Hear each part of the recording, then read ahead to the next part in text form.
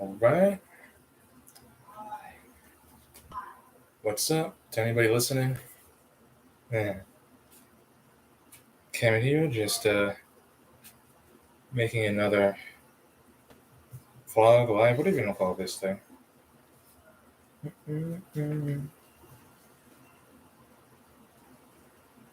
But yeah, I would say that would be the best thing to do with this channel. Turn it into a gaming channel.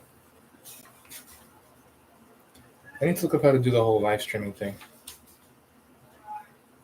I think you need a bunch of. So you need a gaming PC,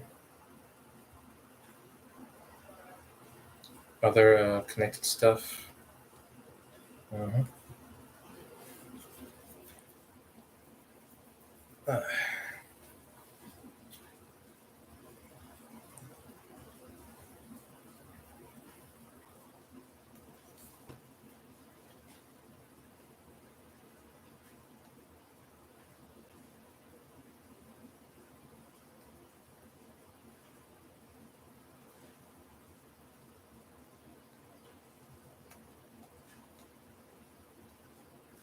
All right. Oh, this is nice. Yeah. Harvard Business School's teaches inspiring ideas. No. I want the actual stuff here. It is a great book, by the way, by Clayton and Christensen on managing yourself. Have any issues with time management or other things that might be getting in your way? This would help you a lot. Mm-hmm. Yeah, this book will help you to inspire you to stay engaged throughout your 50-year work life. Oh yeah, big time. Tap into your deepest values. Solicit candid feedback. Replenish physical and mental energy. Balance work, home, community, and self. Spread positive energy throughout your organization. Rebound from tough times. Decrease distractibility and frenzy. And delegate and develop employees' initiative.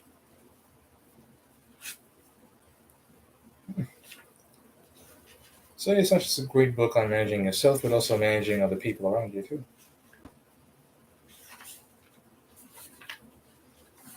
What is something good here to talk about? Overloaded circuits. What's that about? Let's see. 79.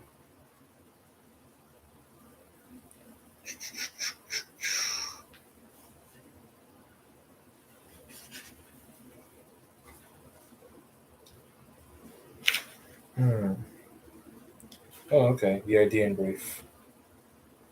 Frenzied executives who fidget through meetings, miss appointments, and elevators door close button aren't crazy, just crazed. Oh, that's funny. They're suffering from a newly recognized neurological phenomenon called attention deficit trait. Oh, okay. Or basically a ADD. Marked by distractibility, inner frenzy, and impatience, ADT prevents managers from clarifying priorities, making smart decisions, and managing their time. This insidious condition turns otherwise talented performers into harried underachievers, and it's reaching epidemic proportions. ADT isn't an illness or character defect. It's our brain's natural response to exploding demands on our time and attention. As data increasingly floods our brains, we lose our ability to solve problems and handle the unknown. Creativity shrivels, mistakes multiply. Some sufferers eventually melt down. How to control ADT's ravaging impact on performance. Foster positive emotions by connecting face to face with people you like throughout the day. Take physical care of your brain by getting enough sleep, eating healthfully, and exercising regularly. Organize for ADT, designating part of each day for thinking and planning, and setting up your office to foster mental functioning. For example, keeping part of your desk clear at all times. These strategies may seem like no-brainers, but they'll help you vanquish the ADT demon before it can strike. Wow, I need to look into this one big time.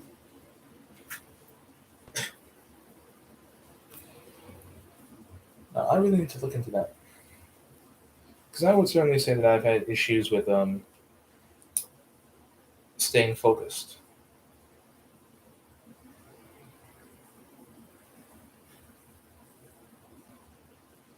So it's ADT, not ADD? Oh, okay, so it's a different thing.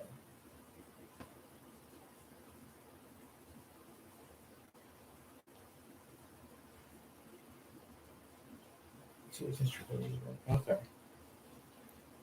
Oh, and it tells you right here how you can combat ADT. Promote positive emotions. Okay. Negative emotions, especially fear, can hamper productive brain functioning. To promote positive feelings, especially during highly stressful times, interact directly with someone you like at least every in environments where people are in physical contact with people they trust. Brain functioning hums. By connecting comfortably with colleagues, you'll help your brain's executive center, responsible for decision making, planning, and information prioritizing, perform at its best. Hmm. Wow, that's very, very interesting.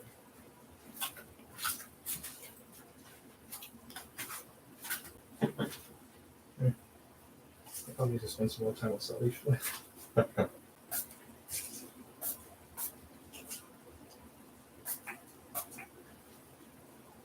Oh boy. Ba, ba, ba.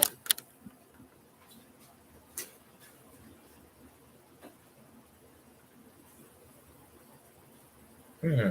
Okay. Another way you can combat ADT, attention deficit trait. That's what we called it, right? Yeah. Okay. So it's not ADD, but it's like somewhere on the spectrum. Take physical care of your brain. Ample sleep, a good diet, and exercise are critical for staving off ADT.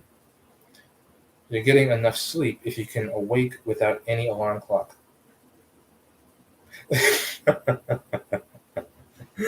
Okay, that's funny. That's funny. That's really funny. Okay, I guess I'm really not getting enough sleep then. Man, wow, that's funny. For as long as I can remember, I always need an alarm clock to wake up. Okay, I guess I should practice that then. But yeah, if I'm actually going to be able to wake up at a early time around 6, 7 o'clock, that means I have to go to bed at a pretty early time as well. Oof, because I really rely on that alarm clock to wake up. Oh boy, that's gonna be a challenge. So yeah, ample sleep, a good diet, and exercise are critical for staving off ADT. You're getting enough sleep if you can awake without an alarm clock. You're eating well if you're avoiding sugar and white flour and consuming more fruits, whole grains, vegetables, and protein instead. I'm not so sure if I can do that. I really like my sugar. I mean, it's organic sugar, and cane sugar is really cane sugar ain't too bad. Like it's really the real organic stuff, so that's good. I mean, it's better than the refined stuff. I prefer not to cut it out though. It's just too good. And yeah, you're exercising enough. If you're taking a brisk walk or going up and down a flight of stairs, uh, yeah, if you're taking a brisk walk or going up and down a flight of stairs a few times a day, I don't feel like that's enough. So yeah, I guess I do that. Yeah, I do the weights, I do push-ups consistently. Well, for the most part. So yeah, I think I'm good in that department. Organized for ADT. Instead of getting sucked into the vortices of email or voicemail first thing in the morning, attend to a critical task. With paperwork, apply the Ohio only handle it once rule. Oh, okay. Whenever you touch a document, act on it. File it or throw it away. Do crucial work during times of the day when you perform at your best. Use whatever small strategies help you function well mentally, whether it's listening to music or walking around while working or doodling during meetings. And before you leave for the day, list 3 to 5 priority items you'll need to address tomorrow. Oh, okay. That would certainly help big time organizing. Mhm. What your company can do. In firms that ignore ADT symptoms, employees underachieve, create clutter, and cut corners. Careless mistakes, illness, and turnover increase as people squander their brain power. To counteract ADT and harness employees' brain power, invest in amenities that foster a positive, productive atmosphere. Okay. Hmm. Example: major software company SAS, or SAS, SAS Institute creates a warm, connected, and relaxed work environment by offering employees perks such as 7-hour work, such as a 7-hour workday that ends at 5. Wow. A large on-site, a large on-site gym and daycare facility, and cafeteria that provides baby seats and high chairs so parents can eat lunch with their children. Wow. The payoff? Employees return the favors with high productivity. Hmm. The SaaS's turnover never exceeds 5%, saving the company millions on recruiting, training, and severance. Wow, that is interesting. Hmm.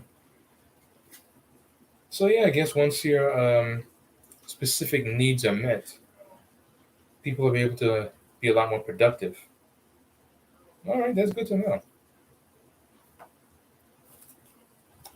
And yeah, again, this is on managing yourself.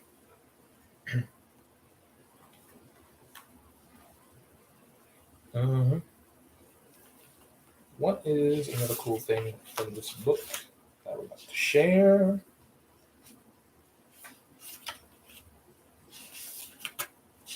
Sure, there's something else here. Let me get it.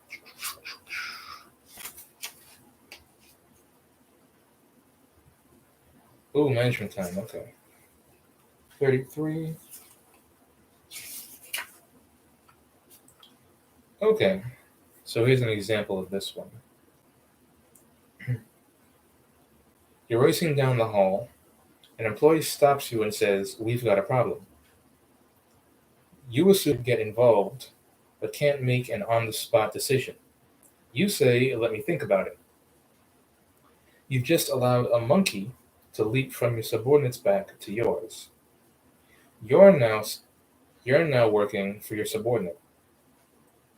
Take on enough monkeys, and you won't have time to handle your real job, fulfilling your own boss's mandates and helping peers generate business results. Mm. How to avoid accumulating monkeys. Mm. Develop your subordinate's initiative. Once Oaken and Was, for example, oh, one sec. Develop your subordinate's initiative. Say, Oken, and Was.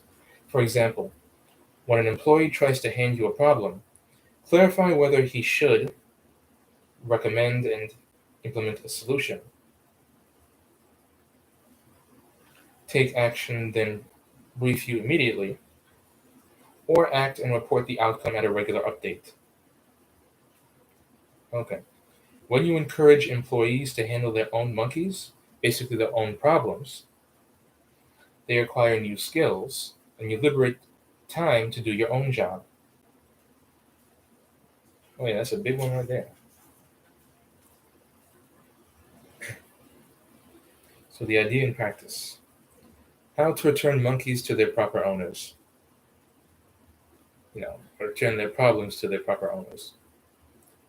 Onken, Was, and Steve Covey, in an afterword to this classic article, offer these suggestions. Make appointments to deal with monkeys. Avoid discussing any monkey. Anytime they say monkey, just think of it as problem, because that's basically what they're talking about. Avoid discussing any monkey, on an ad hoc basis. For example, when you pass a subordinate in the hallway, you won't convey the proper seriousness. Instead, schedule an appointment to discuss the issue. Yeah, that makes a lot of sense. You want to have the proper setting to actually talk about the problem, talk about whatever issues you may have. Because just doing it up and anywhere isn't really going to have the same effect. Specify level of initiative. Your employees can exercise 5 levels of initiative in handling on-the-job problems. From lowest to highest, the levels are: 1. Wait until told what to do. 2. Ask what to do. 3. Recommend an action and then wait your approval and then implement it. 4. Take independent action but advise you at once. And number 5, take independent action and update you through routine and procedure. Okay. Dang. When an employee brings a problem to you, outlaw use of level 1 or 2. Agree on and assign level 3, 4, 4, or 5 to the monkey. Take no more than 15 minutes to discuss the problem. Okay.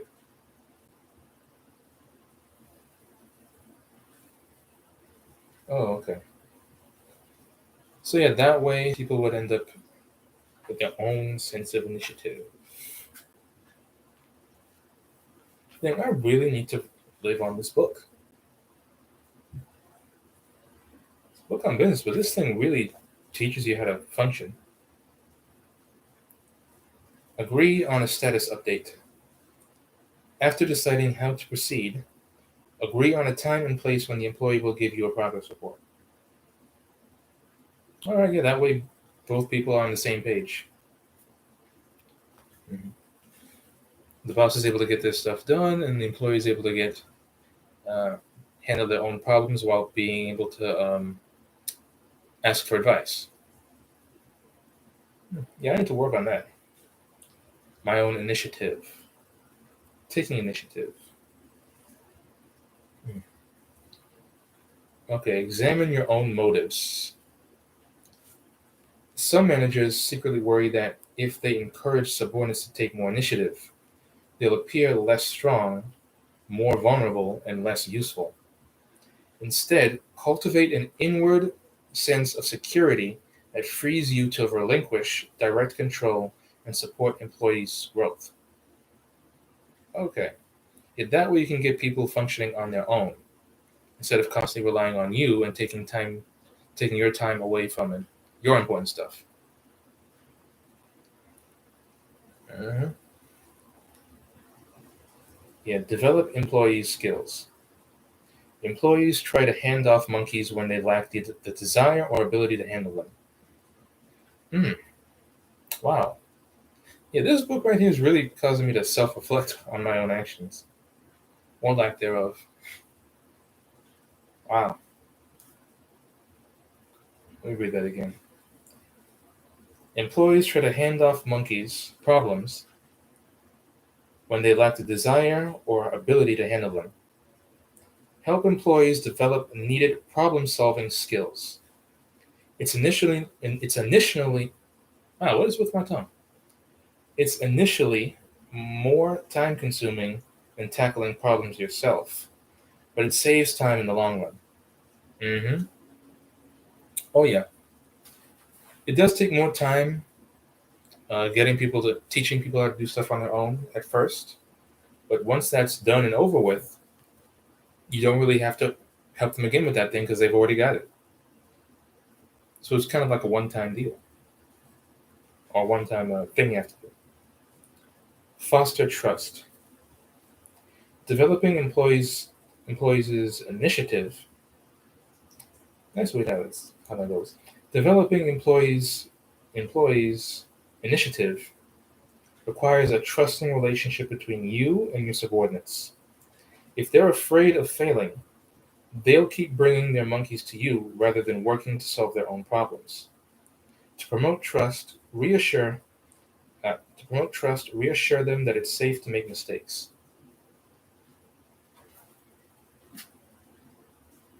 Hmm. Wow. I need to read this whole book front to back. Big time. Seriously, wow.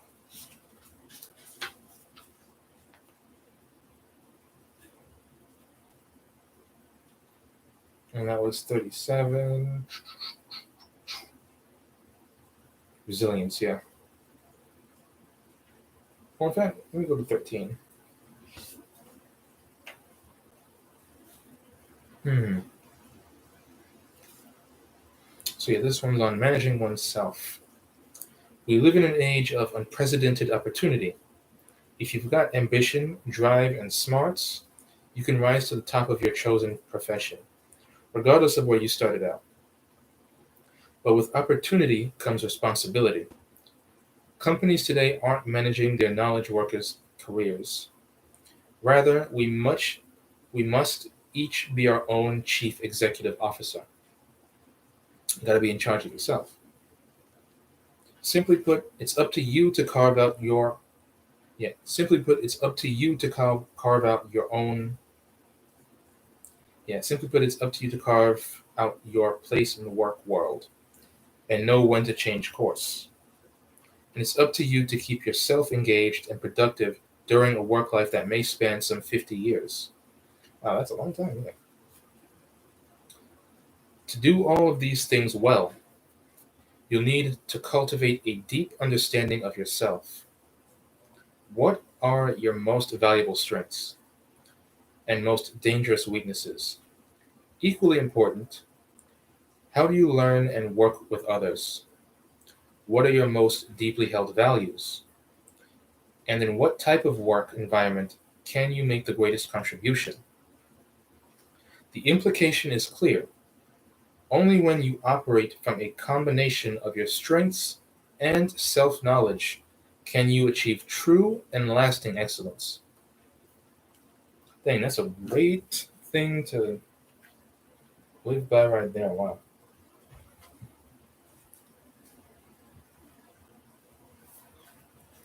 Man, I need to read this book front to back.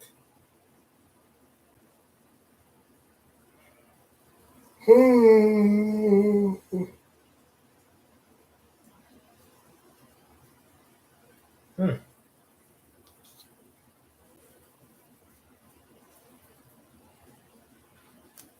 Front to back. But yeah, I can do this for an hour.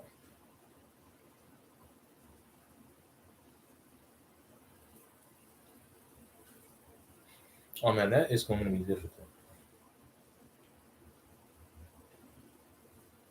I'm gonna still put the alarm for 7, but I gotta sleep really early then. Hmm. Like maybe even 10. Hmm. What's this?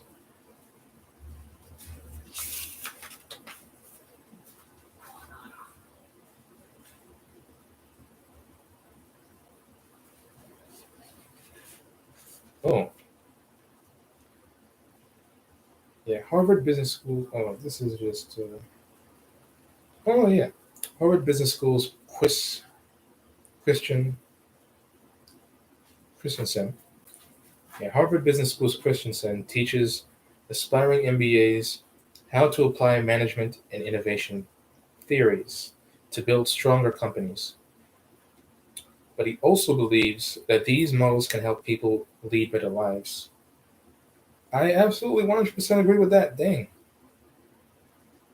In this article, he explains how, he explains how, exploring questions everyone needs to ask. How can I be happy in my career? How can I be sure that my relationship with my family is an enduring source of happiness? And how can I live my life with integrity? The answer to the first question comes from feedback from Frederick Herzberg's assertion that the most powerful motivator isn't money; it's the opportunity to learn, grow in responsibilities, contribute, and be recognized. Damn.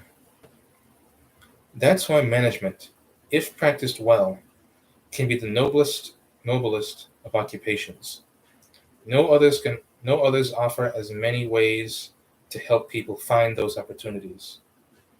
It isn't about buying, selling, and investing in companies as many think. The principles of resource allocation can help people attain happiness at home. If not managed masterfully,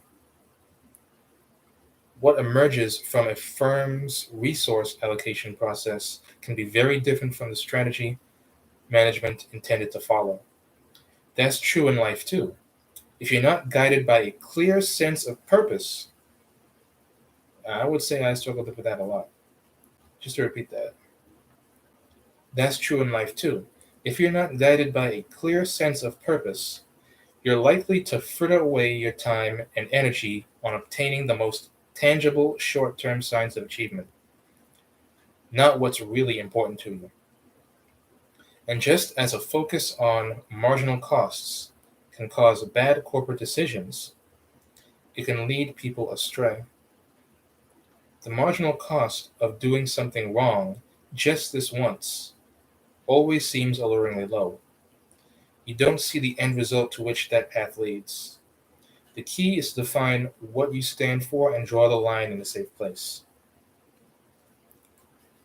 That's powerful, man. Hmm.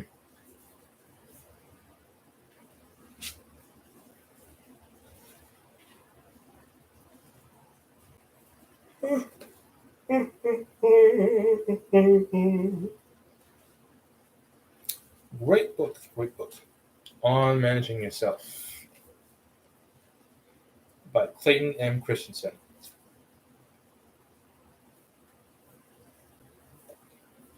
Hmm.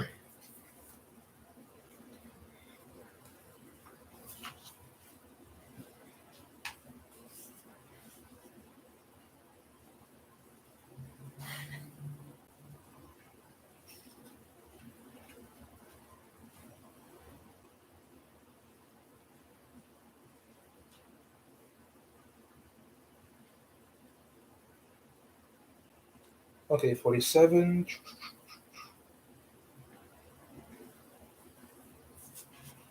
47. How resilience works. These are dark days. People are losing jobs, taking pay cuts, suffering foreclosure on their homes. Some of them are snapping, sinking into depression or suffering a permanent loss of confidence. But others are snapping back. For example, taking advantage of a layoff to build a new career. Hmm. What carries them through tough times? Resilience. Resilient people possess three defining characteristics. They coolly accept the harsh realities facing them. They find meaning in terrible times. And they have the uncanny ability to improvise, making do with whatever is at hand. Whatever is at hand. Hmm. In deep recessions, resilience becomes more important than ever. Fortunately, you can learn to be resilient.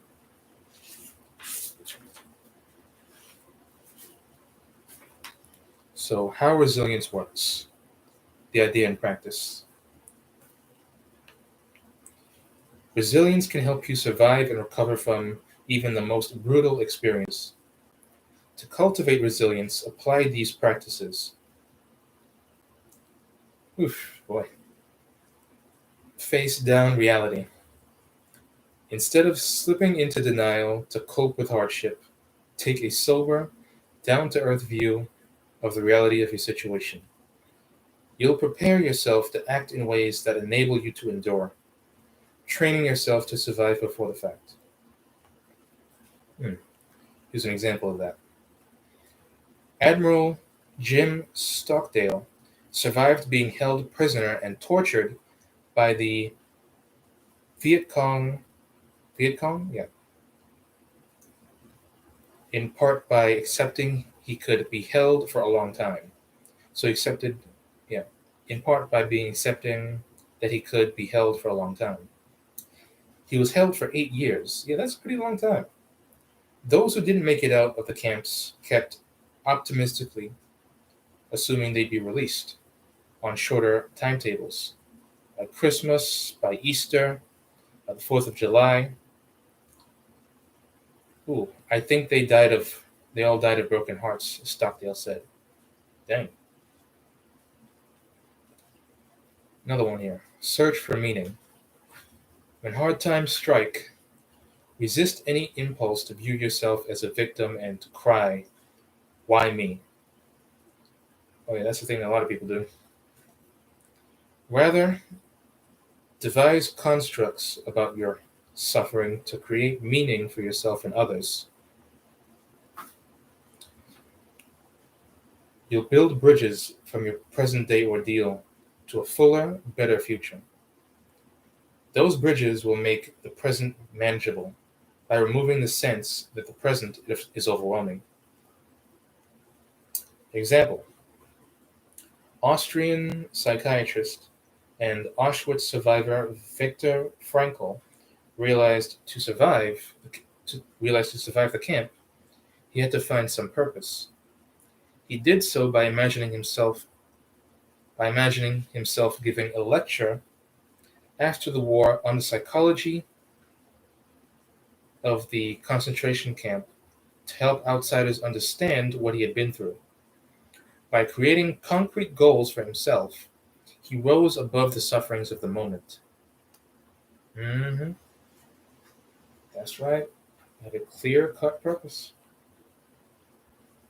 clear-cut goals. Continually improvise. When disaster hits, be inventive. Make the most of what you have, putting resources to unfamiliar uses and imagining possibilities others don't see. Wow. Example: Mike founded a business with his friend Paul, selling educational materials to schools, businesses, and consulting firms. When a recession hit, they lost many core clients. Paul went through a bitter divorce, suffered a depression, and couldn't work. When Mike offered to buy him out, Paul slapped him with a lawsuit claiming Mike was trying to steal the business. Mike kept the company going any way he could, going into joint ventures to sell English language training materials to Russian and Chinese competitors, publishing newsletters for clients, and even writing video scripts for competitors. The lawsuit was eventually settled in his favor, and he had a new, much more solid business than the one he started out with. Wow.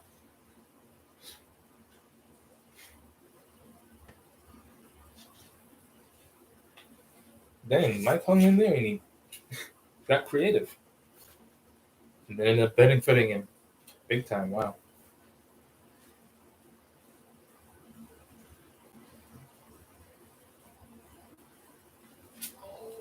That's really cool.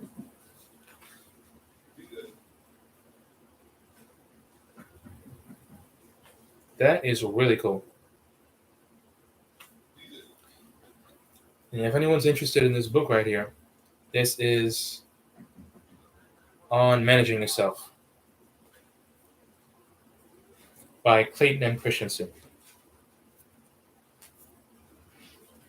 Really, really good book on learning how to manage your time, manage whatever issues you may be having, lack of focus, lack of sleep, lack of energy, stuff like that. If you have any issues like that, staying productive, you definitely want a book like this.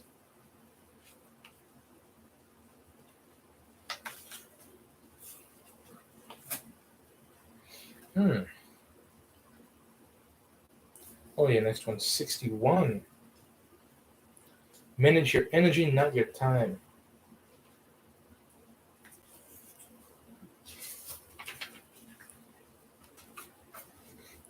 Organizations are demanding even higher. uh, Organizations are demanding ever higher performance from their workforces. People are trying to comply, but the usual method, putting in longer hours, has backfired. They're getting exhausted, disengaged, and sick, and they're defecting to healthier job environments. Longer days at the office don't work because time is a limited resource. Mhm. But personal energy is renewable, says Schwartz and McCarthy. By fostering deceptively simple rituals that help employees regularly replenish their energy, organizations build workers' physical, emotional, and mental resilience. Ah. These rituals include taking brief breaks at specific intervals, expressing appreciation to others, reducing interruptions, and spending more time on activities people do best and enjoy most. Help your employees systematically rejuvenate their personal energy, and the benefits go straight to your bottom line. Take Wachovia Bank. Participants in an energy renewal program produced 13 percentage points greater year over year in revenues from loans than a control group did, and they exceeded the control group's gains in revenues from deposits by 20 percentage points. Hmm. Okay, so they did a lot better. Yeah, the idea in practice. Schwartz and McCarthy recommend these practices for renewing four dimensions of personal energy. Your physical energy. Enhance your sleep by setting an earlier bedtime and reducing alcohol use. Yeah, I think I have to do that. Yeah, that would probably help me a lot.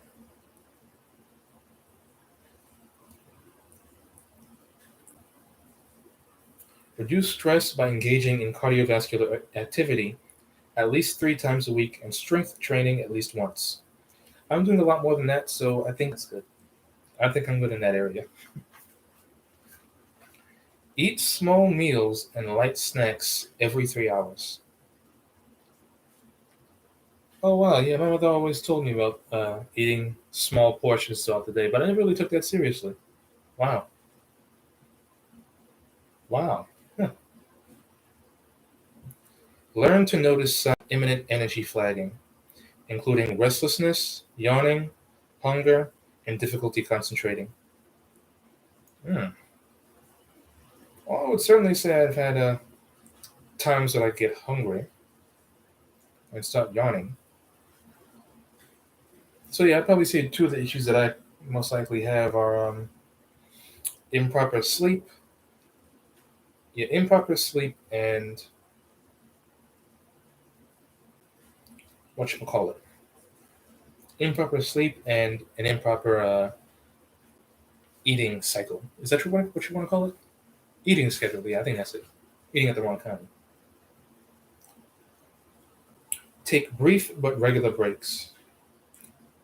Yeah, take brief but regular breaks away from your desk at 90 to 120-minute intervals throughout the day. Okay, so like every hour and a half to 2 hours. Okay. All right. Yeah, that's good.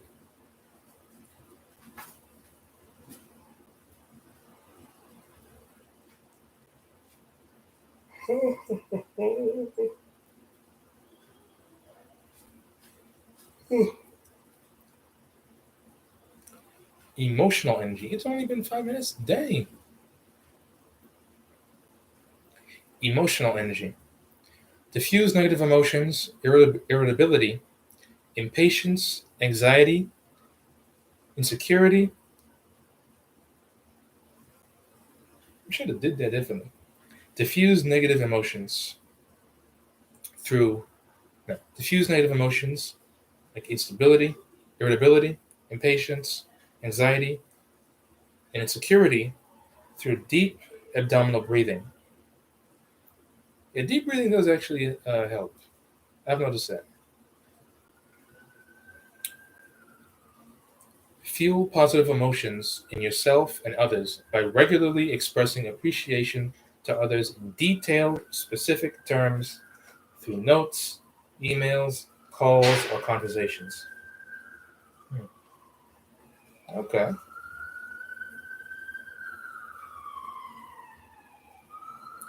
Look at upsetting situations through new lenses. Adopt a reverse lens to ask, what would the other person in this conflict say? And how might he be right? Use a long lens to ask, how will I likely view this situation in 6 months? Employ a wide lens to ask, how can I grow and learn from the situation? Hmm. Yeah, that's a hard one I had to learn there. How can I grow and learn from the situation? Yeah, one of the hardest things to do is stop having like a woe is me mentality and instead looking at problems and challenges in your life, well, as a challenge. Yeah, look at problems in your life as a challenge or an opportunity. Because if you're able to get through it, you're able to help others get through it as well.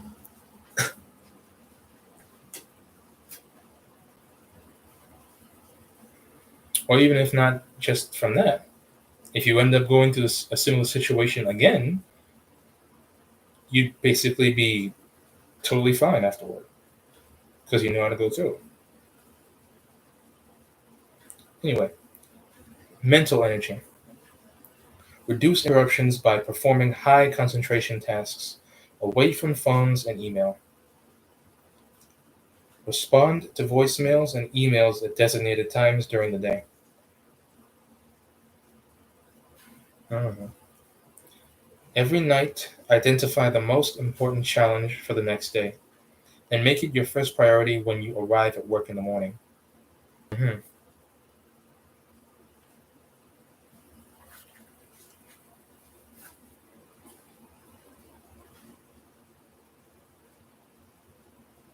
Spiritual energy.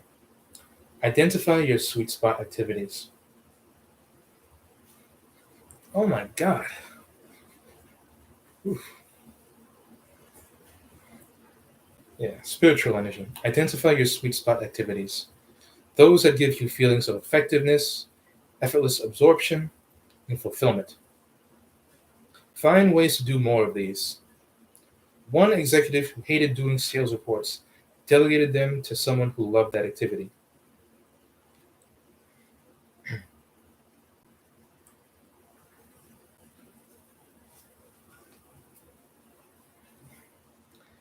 Allocate time and energy to what you consider most important. For example, spend the last 20 minutes of your evening commute relaxing so you can connect with your family once you're home. Hmm. Oh, yeah, that's very important. Live your core values. you talk the talk, walk the walk. I just put that in there. That wasn't in the book. Yeah, live your core values. For instance, if consideration, if consideration is important to you, but you're perpetually late for meetings, practice intentionally showing up 5 minutes early for meetings. Uh-huh. Yep. Think ahead. How companies can help. To support energy renewal rituals in your firm, build renewal rooms where people can go to relax and refuel.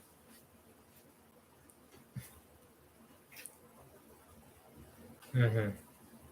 Subsidize gym memberships. Encourage managers to gather employees for midday workouts. Okay. Suggest that people stop checking emails during meetings. Mm. Oh, yeah, you got to be engaged.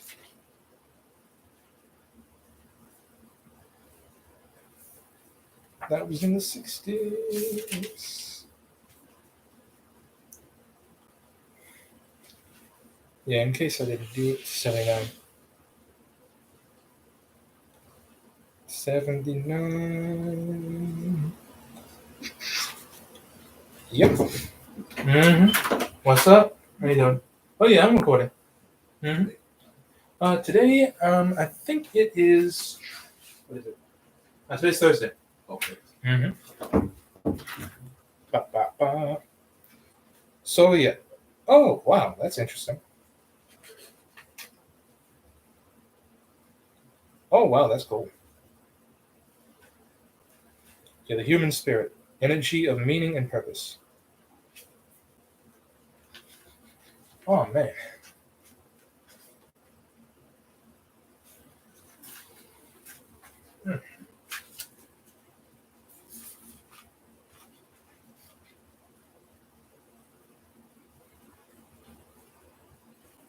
So, yeah, overloaded circuits, that's next one. 79, 79. Going to 79.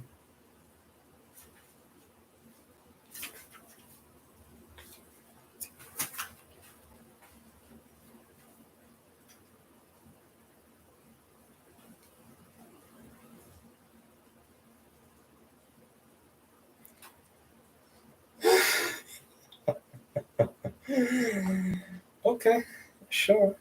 Sure. So,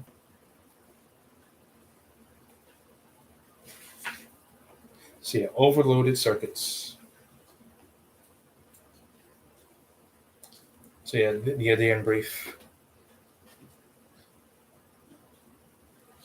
Yeah, frenzied executives who fidget through meetings, miss appointments, and jab at elevator doors, or at door close buttons, aren't crazy, just crazed. They're suffering from a newly recognized neurological phenomenon called attention. Spray that. There we go. Yeah. They're suffering from a newly recognized neurological phenomenon called attention deficit trait. Yeah, it's not ADD, attention deficit disorder. It's ADT. It's similar, but not the same thing. Mhm. Yeah, attention deficit trait. Marked by distractibility, inner frenzy, and impatience, ADT prevents managers from clarifying priorities, making smart decisions, and managing their time. This insidious condition turns otherwise talented performers into harried underachievers, and it's reaching epidemic proportions. Yeah, man, the amount of people who are mislabeled with ADD just because they have problems focusing is huge. Yeah, just because you have problems focusing doesn't mean that you have attention deficit disorder. It could be a multitude of different things. Poor diet. Yeah, your diet can definitely help your diet definitely affects your focus. Um, Diet, proper exercise, getting that blood flowing, proper sleep, All things like that affect how well you can focus. Mhm. Yeah, ADT isn't an illness or a character defect. It's our brain's natural response to exploding demands on our time and attention. As data increasingly floods our brains, we lose our ability to solve problems and handle the unknown. Mm, you see, that's exactly what it means by overload. Overloaded circuits, exactly. When people are flooded with too much information, they cannot function. That's why that's why the minimalism thing is so huge. Because it allows people to just focus on the most important things and get rid of all the clutter. Mhm. So yeah, it's our brain's natural response to exploding demands on our time and attention. As data increasingly floods our brains, we lose our ability to solve problems and handle the unknown. Creativity shrivels, mistakes multiply. Some sufferers eventually melt down. How to control ADT's ravaging impact on performance. Foster positive emotions by connecting face to face with people like you throughout the day. Yeah. Take physical care of your brain by getting enough sleep, eating healthfully, and exercising regularly. Organize for ADT. Designating part of each day for thinking and planning, and setting up your office to foster mental functioning. For example, keeping part of your desk clear at all times. These strategies may seem like no brainers, but they'll help you vanquish the ADT demon before it can strike. Hmm. Organization, and that'll help you big time. So, how can you combat attention deficit trait? So, yeah, how can you combat attention deficit trait (ADT)? Promote positive emotions. Negative emotions, especially fear, can hamper productive brain functioning. To promote positive feelings, especially during highly stressful times, interact directly with someone you like at least every 4 to 6 hours.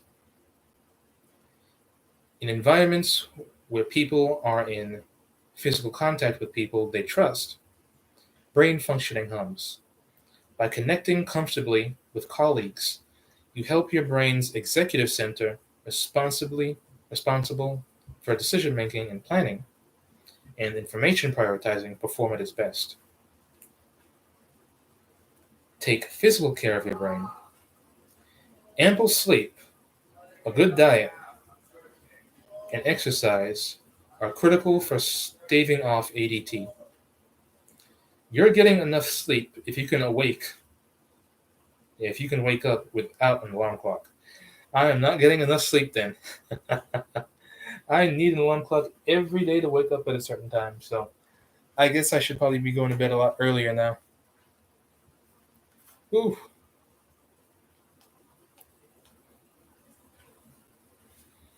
I probably should go to bed at like 10:30.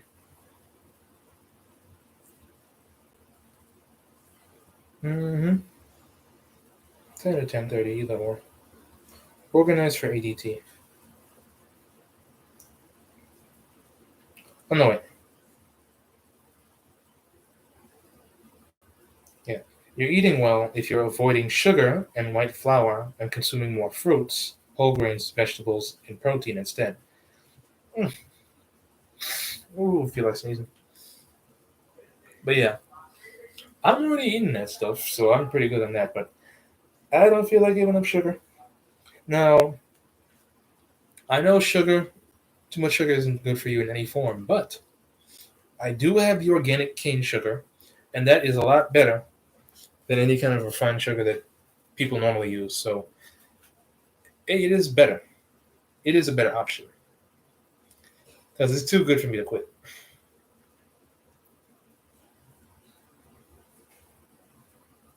Mm-hmm.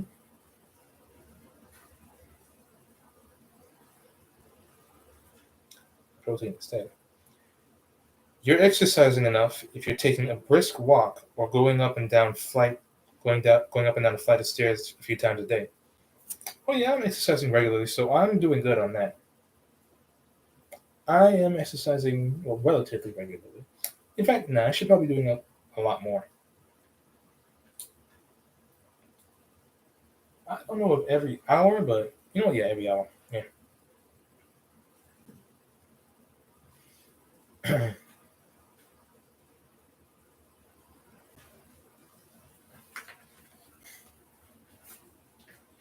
Organize for ADT.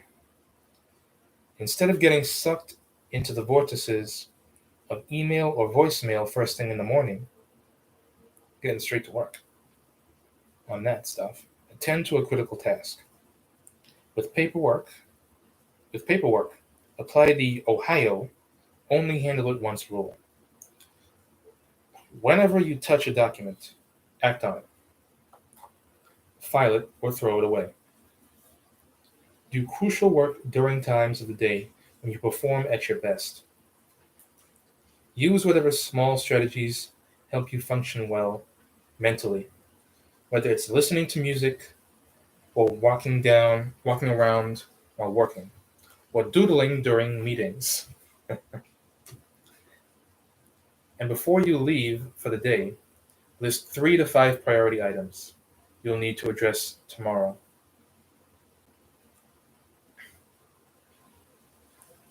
What your company can do. In firms that ignore ADT symptoms, employees underachieve, create clutter, and cut corners. Careless mistakes, illness, and turnover increase as people squander their brain power. To counteract ADT and harness employees' brain power, invest in amenities that foster a positive, productive atmosphere. Mhm. Example, major software company SaaS Institute creates a warm, connected, and relaxed work environment by offering employees perks such as 7-hour work such as a 7-hour workday that ends at 5, large on-site gym, a large on-site gym and daycare facility, and a cafeteria that provides baby seats and high chairs so parents can eat lunch with their children. Damn. The payoff? Employees return the favors with high productivity, and SaaS's turnover never exceeds 5%, saving the company millions on recruiting, training, and severance. Hmm.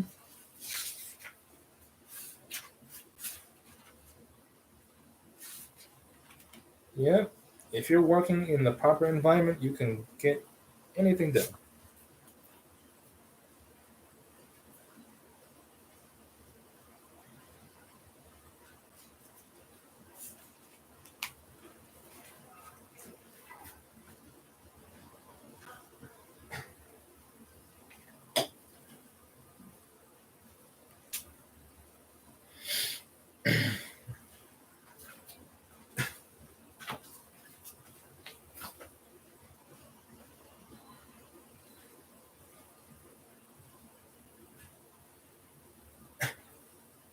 Hmm.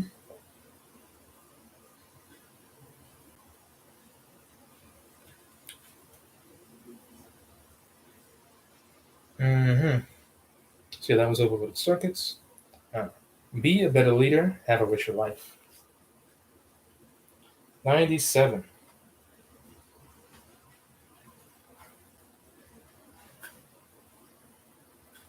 Holy moly.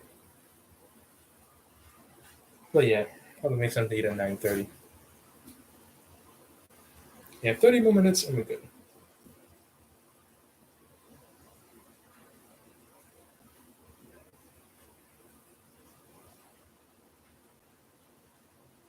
97. 97.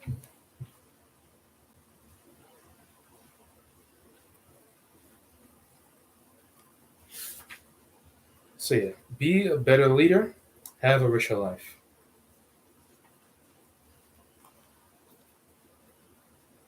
Life's a zero-sum game, right? The more you strive to win in one dimension, an example of your work, the more the other three dimensions, yourself, your home, and your community, must lose. Mm. Not according to Friedman. You don't have to make trade-offs among life's exactly. I love that. Life's a zero-sum game, right? The more you strive to win in one dimension, your work, the more the other three dimensions, yourself, your home, and your community, must lose. Not according to Friedman. You don't have to make trade-offs among life's domains, nor should you. Trading off can leave you feeling exhausted, unfulfilled, or isolated. Uh-huh. And it hurts the people you care about most. Mhm. To excel in all dimensions of life, use Friedman's total leadership process. Yeah. Yeah, to excel in all dimensions of life, use Friedman's total leadership process.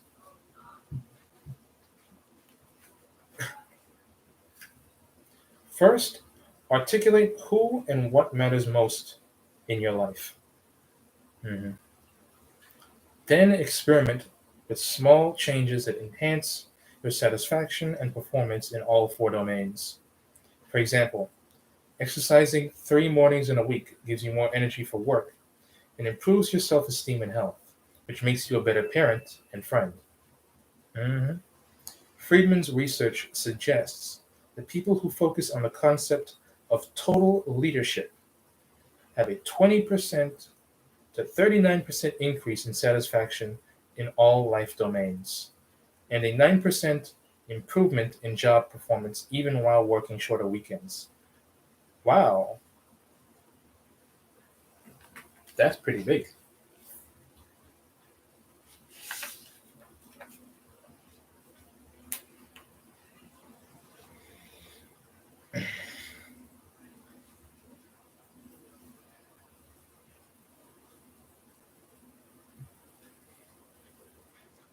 Total leadership helps you mitigate a range of problems that stem from making trade offs among the different dimensions of your life. Feeling unfulfilled because you're not doing what you love. Feeling inauthentic because you're not acting according to your values. Yeah. Oh, that weird feeling when someone's reading you like a book. I'm reading the book, but the book's reading me too. Damn. So yeah, you're feeling unfulfilled because you're not doing what you love. Feeling inauthentic because you're not acting according to your values. Feeling disconnected from people who matter to you. Feeling exhausted by trying to keep up with it all. Mhm.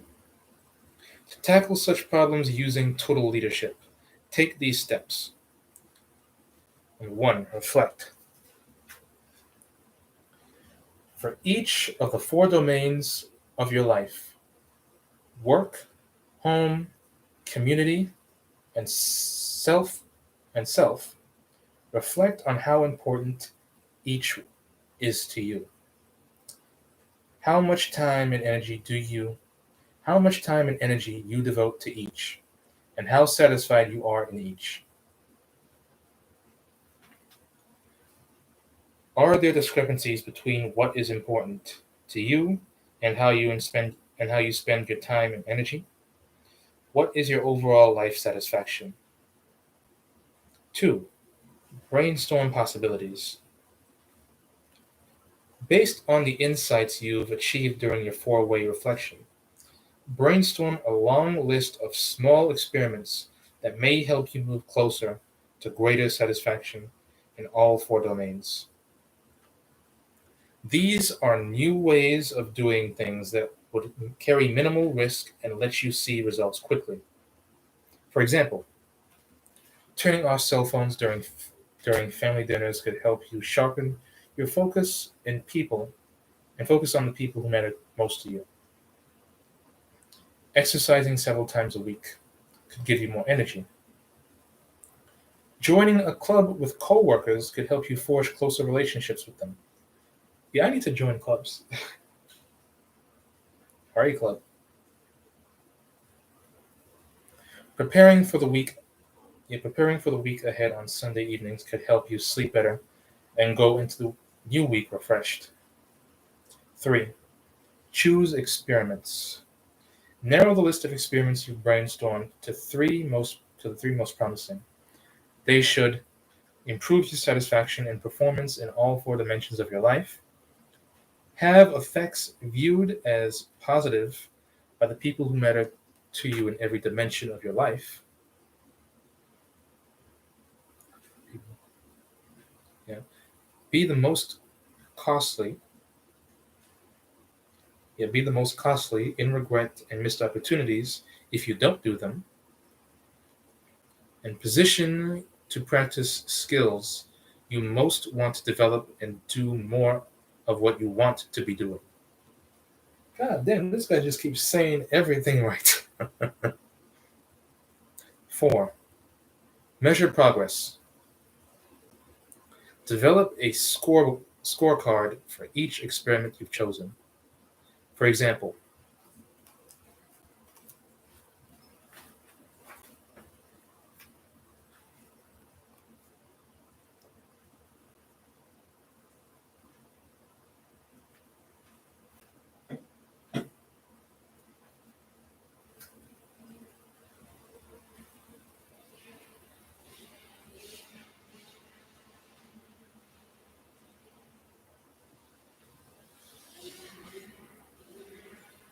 mhm, experiment. Exercise 3 mornings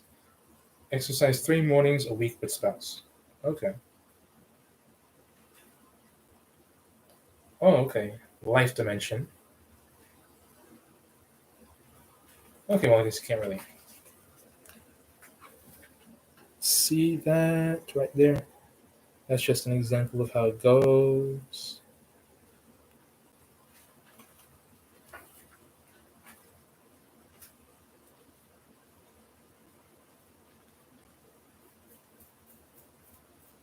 Ooh.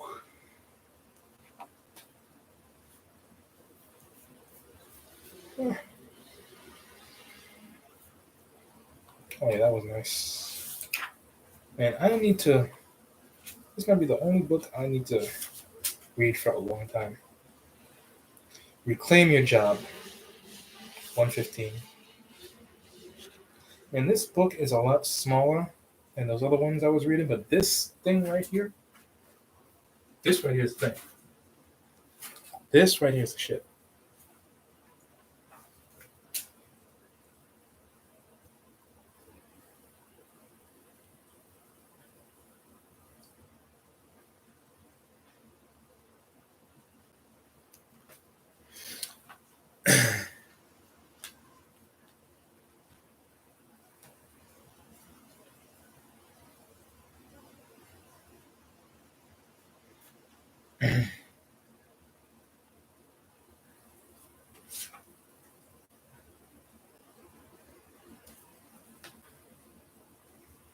Mm.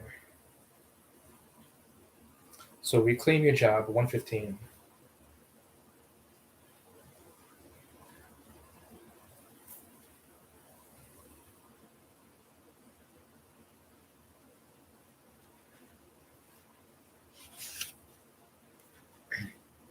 "90% of managers waste time and fritter away their productivity by grappling with an endless list of demands from others. Why? We assume wrongly that those demands are requirements and that we lack personal discretion or control over our jobs. The consequence, we remain trapped with inefficiency. But we can escape this trap. If we learn how to grasp opportunities, trust our own judgment, and methodically fulfill personal goals that tally with our organization's objectives. I read that wrong. Yeah, but we can escape this trap. If we learn how to grasp opportunities, trust our own judgment, and methodically fulfill personal goals that tally with our organization's objectives. The keys: set priorities, then stick to them. Focus on efforts that support those priorities.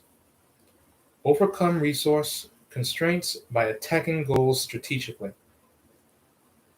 demonstrating success at every step, and develop a range of alternatives to exploit when a plan fails. To exploit when plan A fails. Okay, my bad. Yeah. And develop a range of alternatives to exploit when plan A fails. Okay. We all want to make a difference in our organizations, as well as build satisfying careers. By understanding how we inhibit ourselves and taking purposeful, strategic action, we can seize control of our jobs rather than letting our jobs control us. The payoff: impressive results for our companies and rewarding work lives for us. I really love how he has the idea and then the idea in practice. To reclaim your job and better support your company's priorities, apply 3 strategies. Prioritize demands. To achieve personal and organizational goals quickly, slow down and focus your time and attention. Example: McKinsey Associate Principal Jessica Spuden took on too many projects that had little connection to her skills and interests. Result: her project teams rated her second from the bottom among her peers. Realizing her desire to be indispensable sprang forth from realizing her desire to be indispensable sprang from lack of confidence. Spugin took steps to manage demands. She clarified her goal to become a partner. Then she set long-term priorities supporting that goal. She began managing her own development. For example, choosing assignments that most interested her. And she started orchestrating her time, meeting only with people who really needed her and working on long-term projects during months when she traveled less. Her reward: she scored second from the top in her peer group and was named a McKinsey partner. Exactly what she wanted. Liberate resources. To relax resource constraints and win the backing you want, attack your goals strategically. Be patient. The process can take years. Ooh.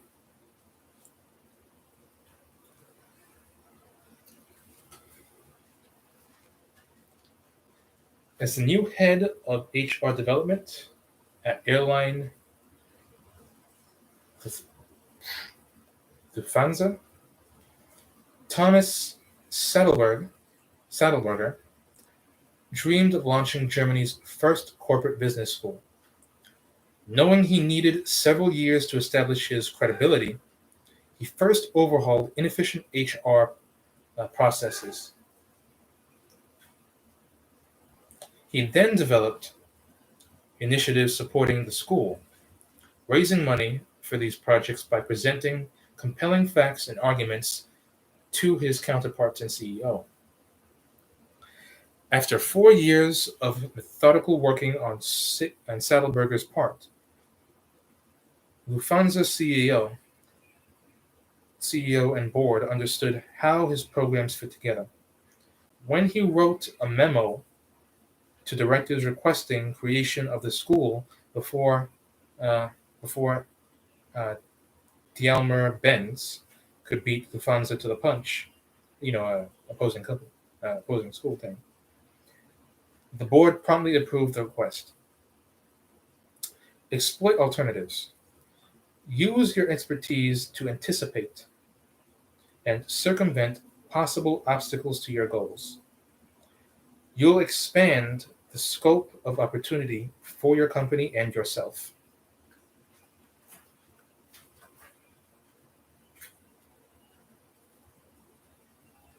Example: Dan Anderson, a manager at oil refiner uh, ConocoPhillips, was part of a team exploring Conoco's entrance into the Finnish market. Conoco decided to store petrol in tanks in Finland that Shell had abandoned. But Anderson developed contingency plans. Plan B, for instance, Plan B, for instance, involved building a new facility. His efforts paid off. When research revealed the abandoned tanks were unsuitable for petrol storage, Anderson activated Plan B. Though the new facility target site was contaminated, Anderson discovered that Shell was responsible for cleaning the site. Once cleanup ended, Kokono built the tanks. Kokono became the most efficient operator of automated self-service fulfilling stations in Finland. Anderson now heads Kokono's retail development in Europe. Okay. That's why it's important to have multiple plans, multiple streams. All right, let's do one more.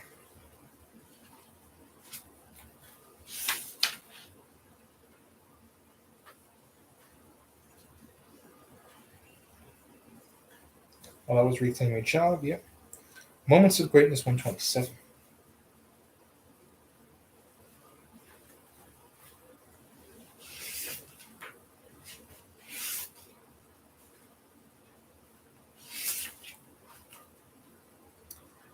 Like all leaders, sometimes you're on and sometimes you're not.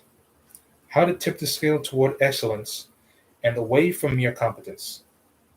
Don't rely on imitating other leaders or poring over leadership manuals. Instead, enter the fundamental state of leadership. The way you lead when a crisis forces you to tap into your deepest values and instincts. The way you lead when a crisis forces you to tap into your deepest values or instincts. In this state, you instinctively know what to do. You rise to the occasion and perform at your best. Fortunately, you don't need a crisis to shift into a fundamental state of leadership. You can do so anytime. Before a crucial conversation, during a key meeting, by asking 4 questions. Am I result-centered? Have you articulated the result you want to create? Am I internally directed? Are you willing to challenge others' expectations? Am I other-focused? Have you put your organization's needs above your own? Am I externally open? Do you recognize signals suggesting the need for change? No one can operate at the top of their game 24/7, but each time you enter the fundamental state of leadership, you make it easier to return to that state again, and you inspire others around you to higher levels of excellence. I think putting yourself in a crisis might actually help, though.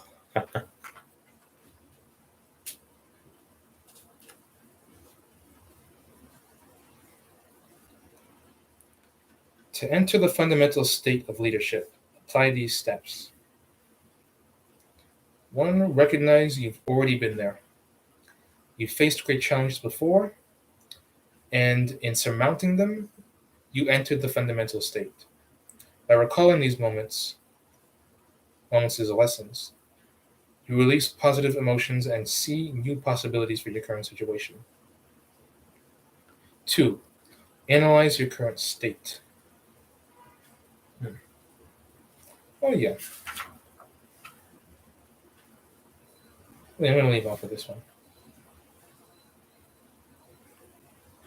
Yeah, no one can operate at the top of their game 24/7, but each time you enter the fundamental state of leadership, you make it easier to return to that state again. And you inspire others around you to higher levels of excellence.